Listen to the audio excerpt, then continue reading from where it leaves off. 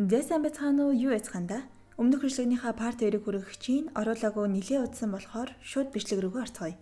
Маригийн ч гүн рүү явах замдаа дээрэмчтэд баригдан гол руу өнөж өгсөн гэх мэдээлэлтэй байжээ. Тэр голоос амьд гарах магадлал тун баг. Хэрв амьд бол гүн Мари хоёрт гай болно гэд Мио бараг алхахны.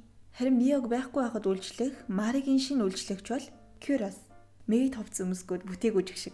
Энд чинь мууч сайн ч гүн бидтэй арай нэр төрөө боддог юм бах та. Кюрос харин Мариг үйлчлэгч нартайгаа илүү дотн нагааг хараад атаархсны мэн л да. За энэ юу атаархахгүйсэн ч ингэх бах уу. Кюрос ч Маригийн үсийг боогоол бүр сүлдээ хувцсыг нь солихж агаад энэ жижиг охинд алуулах чинь штт. Харин нөгөө ханхууч гоён бэлдсэнгээ далимд нь манай хоёр болцохоор боллоо. Харин Мио Маригийн хуучин сургууль дээр очсноо. Нөгөө би энэ сурах гад эндхийн талаар ярилцах эмэгтэй хөх тайгаал гэж авсан. За тэгээ нэг охины нэр олоод тэднийд очсноо. Каринагийн ээж үү? Би мөрдөгч байна. Охин чинь нэг хэрэгт орооцолцсон байж магадгүй. Таны охины сургуулийн бичиг баримтыг төр зээлэх хэрэгтэй нэ гэж авсан. Тэгэд Маригийн дочсноо. Би бол Карина. Энэ миний сүт залуу. Би Маригийн сургуулийнх нь найз байна. Гэ нөгөө бичиг баримтаа гаргаж ирж үзүүлээ. Мари надад гэрээсээ юм загсан. Өрөөрөө нь очие гэд очтол бараг зойр юм аашин. Тэгснээ тэр үйлчлэгч нь эмэгтэй хүн угаасаа хөөрхөн биш бол ажил хийх хэрэгтэй штэ энэ тэргээ солиорж гин. Миоч хизэнээс хөөрхөн байхаа үлсэн гэсэн үйлчлэгч сонирн болсноо. Эмээг нь өөд тоснаас ашигж гин. Тэгжээсэнгийн таав нь гарч ирснэ. Хүү манай зочин уу? За чи тэнийг юм уу манай Мари юу гэж ийм газар амьдэрдیں۔ Манай энэ үйлчлэгч өстө тоглоом тэрштэй энэ тэр гэж авчин. Тэ Маригийн өрөө гэршнийг өрөө харуулад Миоч Маригийнх биш шүү. Мариг өрөө номгүй байна гэж юу байсан? Гэсэн ихчийнх нь өрөөг харуулсандаа бантаад ажлынхаа өрөөнд давуулаад ирлээ. Аав нь за манайх ингэ завгүй болчлоо дараа ирээрээгээ явуулах гэсэн. Цаана нээж нь миний хөрхөн Анастасия наана бэж гэж зэвдээ ёо. За манай хоёр ч харшаас гарч гарчиж гэжтэй мэдэж буцаад орно штэ. Тэгэд харсан. Ээж минь юу юм ч одоо. Анастасиг хүүхэлтэй юм да. Миоч өсөнд нь хурж үзээл. Ингээд тэгсэн жинхэнэ үсэд юм. За хүүхэлдийн дотор хүүхдэд алаа хийж байж ямар амар юм бэ ч одоо. Нөгөө талд манай уурч болцоол. Нэг дэлгүүрт ороод Марич ээж нь тусалсан цалингаараа чамд гоё юм авч өгье гэд үнийг хараа шок. Марич гаднаас Кюрос бэлэг харж исэн. Мари гэд эгчин дуурах шиг болоод харсан. Нэг хачи юм зогсож гин. Тэснэ хөөхнөө цай ой дайлын мэлээ гэд бүр хэрэг сэтэрлээ. Манай гүнж гарч ирээд авардаг юм байгаа зү. Марич уул нь өмнө нь царамаатай байсан болохоор ингэдгүүлээс юм да. Гэд ер нь Марид яга ноорхоо өвц өмсөлдөг байсан нь ил боллоо. Тэр хоёр ч үнд дидлийн дэлгүүр орж Марич Кюросын нүдний өнгөтэй чулуу аваад Мари дээрс нэг хүн ирээд хинд авч байгаа гэд унлаа. Марич энэ түрүүнийх шиг сэтгэнээд байгаа юм байна гэж ойлгоод би царайлаг гайхалтай сүйт залуутай болохоор надад бити яварт гэж авсан. Тэрийг тэгээ Кюрос сонсч штэ. Тэгсэн энэ чинь нөгөө ханхуу биш штэ. Парик мэрэг зүгээ яасан тоглоомтой энэ. Ирсэн шалтгаан нь улаан алмаз. Энэ улаан алмаз маш ховор. Дэлхийд ганц яадаг айгүй сүртэй алмазыг найзаа гэд хэмтхэн үгийгээ зарах гад байна. Ягаад ийм үнэтэй алмаз авах гэж байгаа юм гэж юу? Харин энэ нууцыг ханхуу. Чиний өсний өнгөтэй адил алмаз олох хэцүү гэд Маригийн өмнө хэлчихнэ. Мари ч хөөрхөн баярлаа. Улаас хараалтай энтергээд өссөн хүн өснийх нь өнгөнд хүн дуртайг мэдээд баярлах нь аргагүй. Мари ч гүн нөгөө өсний дуу залан эрдний жолоогаа өглөө. Тэгснээ би ч гэсэн таны нүдний өнгөнд дуртай энтергээд хөөрхөн байжсэн. Маригийн эгчиг хүн хайлт харагдлаа шүү. Мари жаваг үн сэтгэлээ нээжсэн. Эгчийнхаа байр суурийг булаац юм шиг санагдаад ухаан алдаасгий. Мариг өвтгөд эгчин нойрхоо мөрийн үлгэрийг уншиж дүүдэд юм болдог байж. Харин эмээн эгчийг нь Марид ортуулах их дургу. Ер нь эгчт нь дургу байсан юм шиг байна. Тэгэд Мариг чи л энэ гэрийн ганц ухаантай. Миний ганц найдвар гэд хаанаа л их ялгарлалтай байж л дээ. Мари ээж авда. Эгч нь эмээдээ хад үзэгддэг. Яасан гэр вэ энэ ч одоо. Мари сэрж гүн хоол өгсөн. Амаа ангаагаал. Үгүй тэгээд одоо л яг гүн өөртөө наахад ямар тухтай, ямар гоё мэдрэмж төрдөг гэд өөрийн сэтгэлээ ойлгон гүнд сэтгэлээ илчиллээ. Тэгээд энэ хоёр мэдээж тэгэл жанжан. Харин эгчийн сүүх тэргийг жолоож ирсэн хүнийг Мио аваад иржээ. Шууд Анастасиг чи яасан уу? Гэсэн үгээгээд юу болсон талаар огт хэлдэггүй. Мари эгчигээ алуулсан байж магадгүй сонсоод бүр шок. Харин нөгөө тариалан ч өвөөч ирж жолоочод манай эзэн мэдэн шиг хайр усны хүн сайхан ханддаг байхгүй юу? Дээрээс нь их нэртэй аим. Харин энэ хоёр цаад бас эгчийг нь алсан үнийг чамайг мөн бол шагнадынд ажиллуулах гэж байгаа гэсэн.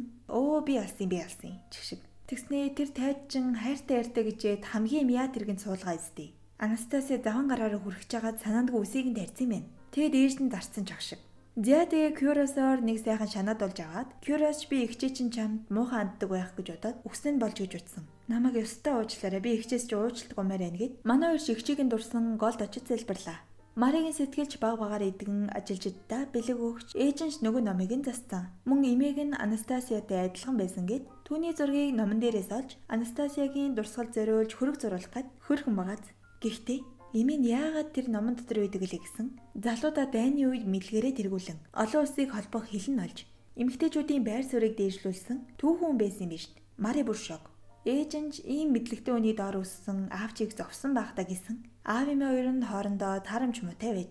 Ингээ тэгээ яриад байсан чинь аав нь Мари тийм л дургүй ээж гэрээсээ явуулахгүй байгаа нь. Гүнтэй гэрлүүлж байр сууриач үсгэх боломжтой байхад гэрлүүлэхгүй байгаа нь нэг л сэжигтэй. Аав нь Маригаар хамаг бичиг цаасны ажлаа хийлэгдэг. Өөрөө хийж ахын лав Мари харж байгаагүй. Тэгсэн Маригийн аав язгуур тундын нэгэн элийг мэдгүй Маригаар бичүүлээд байдаг гэж магадгүй боловчдیں۔ Ханхууж ирлээ. Харин топо завгүй ажилласаар агаад турчиж ханхууш нөгөө үнтэй алмазаар бүгд хийлгээд ирлээ.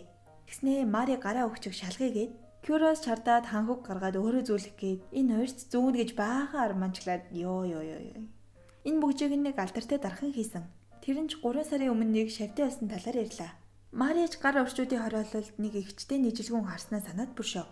Тэгсэн тэр нь Артур гэдэг 13-тай эрэгтэй хүүхэд юм гинэ. Гэтэл Мари үүнээс хойш нэг л ивгүй бодон сүүлдээ бүр нөгөө дархан авчирлаа. Гэтэл ажил хийх явцдаа хараага гимтээгээд өнгнөөс өрөм ялгахаа болж харин шав нь өвдөд ирсэнгүү. Гүнж та шаваа яг эрэгтэй гэдгийг яаж мэдчихээн гэсэн.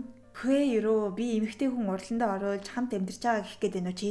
Би мэдчихэна баг өдөрөө л гэж юм. Шав нь ойдолчны гэр бүлийнхүү боололоо зарагдах чахт ноолж гэртээ байлгасан. Хувц сурлах гайхалтай авьяастай. Эмэгтэй хүний эрэгтэйлэг хувц үртэл зохиосон гэж юм. За нэг л эвүүдээ явцсан шүү.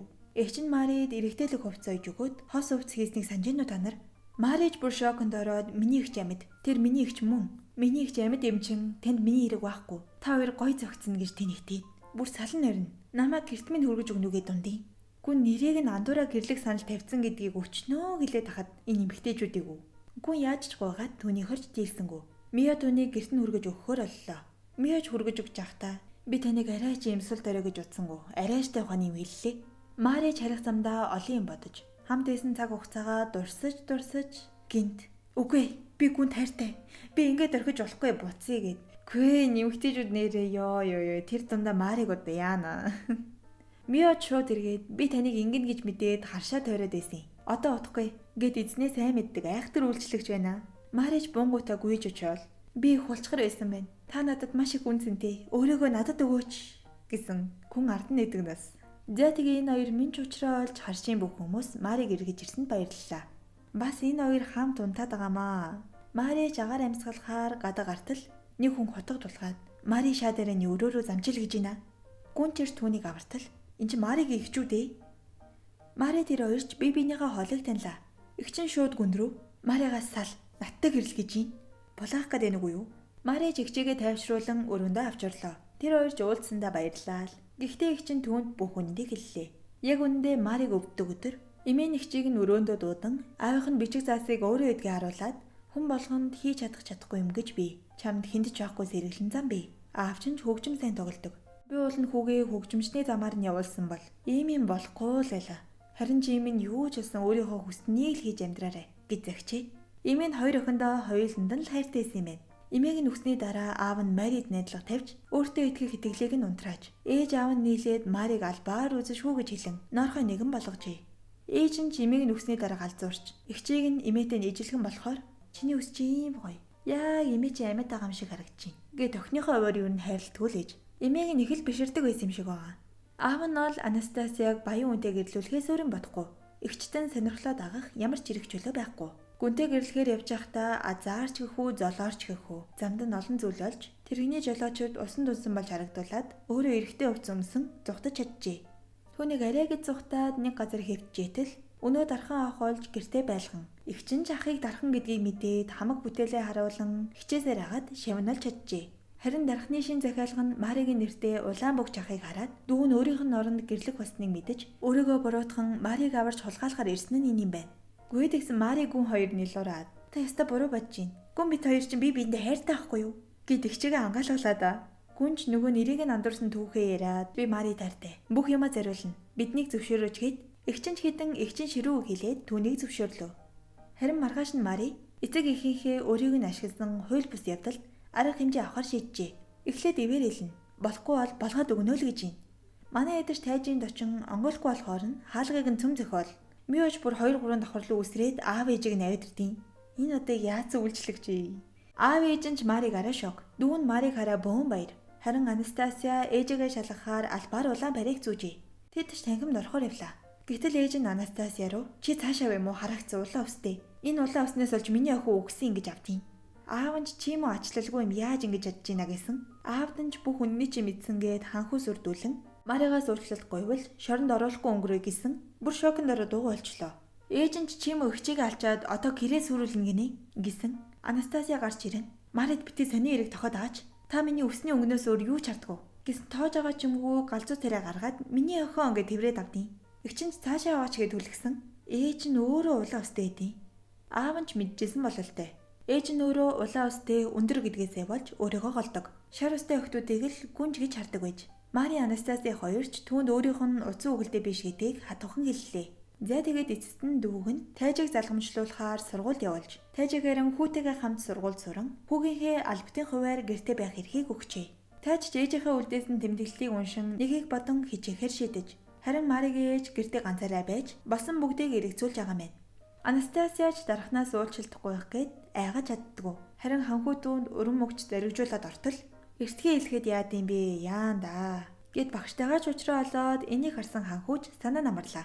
За ингээд манай хоёрын хурим болж Маригун хоёр бүжиглээд хажуугаар нин хоёр жоохноос хөөрхөн хамт үжиглээл. За тэгээд манай хоёрч бие биендээ ямар их хайртайгаа хэлээд сэлүүд мэлүүд буудаад. За ингээд энэ үрээд манай аним манд дууслаа. Гэтэ яг эцэст нь харахад аав нас тийм ч муу хүн биш юм шиг байгаа. Ээжийг нь улаан устэй тэрийг нууж париг өмсдөг гэдгийг мэдж байгаа ч гэсэн тэрийг нь ойлгоод хайрлсан байх нь шүү. За нэг иймэрхүү хөөрхөн аним байла. Тэгээд ямар их удаач уучлаарай. За тэгээд дараагийн бичлэгээр уулзтлаа. Түр баяртай.